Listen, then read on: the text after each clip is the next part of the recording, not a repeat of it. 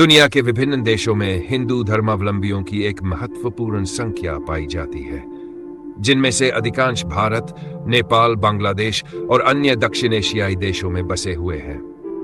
हालांकि इन देशों में हिंदू धर्म को मानने वाले लोगों की संख्या अधिक है, लेकिन उनके आर्थिक और सामाजिक स्थिति में काफी विविधता है। इस लेख में हम सबसे गरीब हिंदू देश के बारे में चर्चा करेंगे और इस संदर्भ में नेपाल को एक प्रमुख उदाहरण के रूप में देख सकते हैं। नेपाल एक गरीब हिंदू देश। नेपाल विश्व में एकमात्र ऐसा देश है जिसे आधिकारिक रूप से हिंदू राष्ट्र के रूप में जाना जाता था, हालांकि अब यह एक धर्मनिरपेक्ष राष्ट्र है। नेपाल में लगभग 93% आबादी हिंदू धर्म का पालन करती है। यह देश हिमालय की गोद में बसा हुआ है और अपनी धार्मिक और सांस्कृतिक विविधता के लिए प्रसिद्ध है। लेकिन इसके साथ ही नेपाल का आर्थिक विकास धीमा है और इसे दुनिया के सबसे गरीब देशों में गिना जाता है। आर्थिक स्थिति: नेपाल की अर्थव्यवस्था मुख्यतः कृषि पर आधारित है। लगभग 60% जनसंख्या कृषि कार्य में संलग्न है, लेकिन इस क्षेत्र में उत्पादकता और प्रौद्योगिकी का अभाव है। उद्योग और सेवा क्षेत्र धीरे धीरे बढ़ रहे हैं, लेकिन पर्याप्त रोजगार के अवसर प्रदान करने में सक्षम नहीं है। नेपाल की प्रति व्यक्ति आय (जीडीपी) प्रति व्यक्ति दक्षिण एशिया के अन्य देशों की तुलना में बहुत कम है। गरीबी के कारण: नेपाल में गरीबी के कई कारण हैं। 1. भौगोलिक चुनौतियां। नेपाल एक पहाड़ी देश है जहां यातायात और संचार की सुविधा सीमित है। पर्वतीय क्षेत्रों में बुनियादी सुविधाओं की कमी है, जिससे विकास बाधित होता है। 2. प्राकृतिक आपदाएं। नेपाल भूकंप और बाढ़ जैसे प्राकृतिक आपदाओं से बार बार प्रभावित होता है।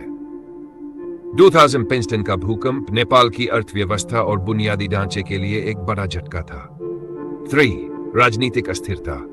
दशकों से नेपाल में राजनीतिक अस्थिरता बनी रही है। बार बार सरकार बदलने और नीतिगत अस्थिरता के कारण देश की आर्थिक प्रगति धीमी रही है। शिक्षा और स्वास्थ्य सुविधाओं की कमी। नेपाल में शिक्षा और स्वास्थ्य सेवाओं की गुणवत्ता निम्न है। ग्रामीण इलाकों में स्कूल और अस्पतालों की कमी है, जिससे मानव विकास सूचकांक में सुधार नहीं हो पा रहा है। नेपाल के हिंदुओं की स्थिति। नेपाल में हिंदू धर्म केवल एक धार्मिक पहचान नहीं है, बल्कि ये जीवन का एक तरीका है।